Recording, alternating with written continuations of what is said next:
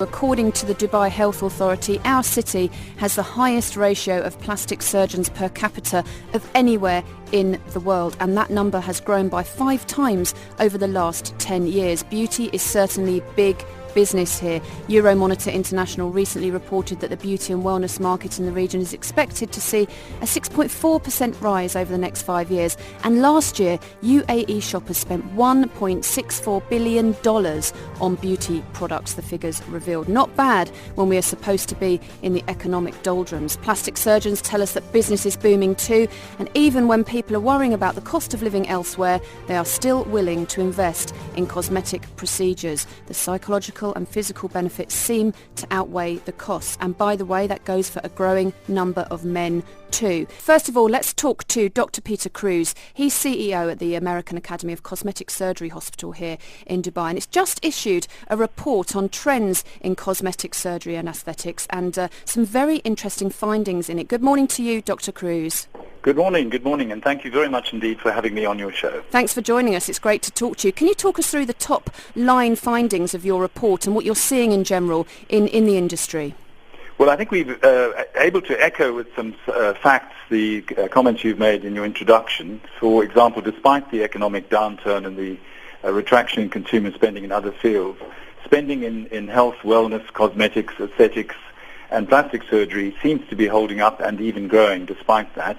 For example, last year we welcomed more than 20,000 local and international visitors to our hospital, and a significant number of them underwent a cosmetic surgery procedure or had Botox or fillers or purchased some beauty products. So clearly this market is sustained and attractive.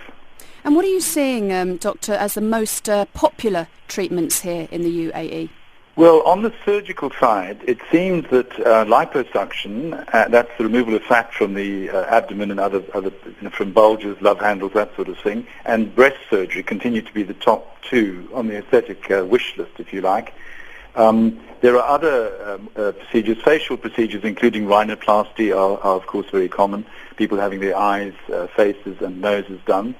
But there are more exotic surgeries. Those who've had bariatric surgery for obesity, often lose a huge amount of weight, and they end up with lots of skin which is redundant. And there are big procedures called abdominoplasty, where they remove the apron of fat on the tummy, for example, or the baggy skin under the arms or on the inner thighs.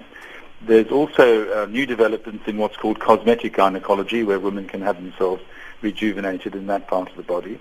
And then various other procedures, but those are the top 5. And what about away from surgery? I mean, I know in your report you mention other kind of procedures, and you did there. One of them that caught my eye is stem cell technology. Yeah, this is very interesting. It turns out that in ordinary fat, in all of our fat, there are stem cells which have the potential to grow into other cells and to rejuvenate, repair, and heal tissue.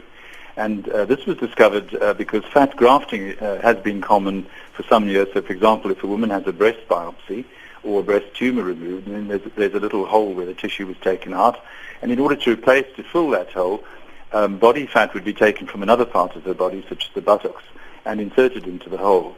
And what happened was extraordinary. It didn't just fill the whole breast kind of grew healthier, the skin plumped up, the nipple became pink. And they realized there were growth factors and other active molecules that were in this tissue. And so now this is used to fill dents in cheeks, for example, places where people have had tissue removed through trauma, post-surgery.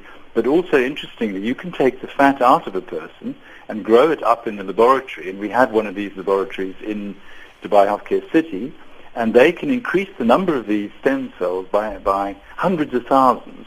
And you can then have it reimplanted back into you with even greater results. So that's what the stem cell technology is referring to. Dr. Cruz, these are interesting findings, and as you say, despite the slowdown, people are still spending on plastic surgery. What is the main reason? Is it a confidence issue, vanity, or is it just this celebrity influence on the world at the moment? Well, it's multifactorial, and I haven't seen really good research on this because obviously it's complex. It involves human behavior, human psychology, social aspects, culture, the media, and so on and so forth. But I think fundamentally underlying it, my take on it is that there's increasingly a focus on maintaining wellness and health and vitality as a positive, rather than the absence of disease or illness. So we seem to have redefined the paradigm of health not to be the absence of disease, but in fact the maintenance of good health. And so I see it as part of that people are beginning to take responsibility for their own health. They're not relying, for example, on doctors and clinics to do that for them. They maintain themselves through regular exercise, good diet, sleep, and so on, all of which are pretty inexpensive and so on. And they seek help to maintain themselves in a well or beautiful condition or to improve their level of fitness, health, or beauty. And this is the wonderful thing about working at the American Academy as I do. All our patients are basically well patients who are seeking to improve something, physical or mental or otherwise. And those are very healthy reasons for doing this. And talking about the patients you're seeing, in the past it was predominantly a female thing, maybe plastic surgery, but that's changed in recent years. We are seeing more and more males coming to you for surgery and treatment. Is that correct?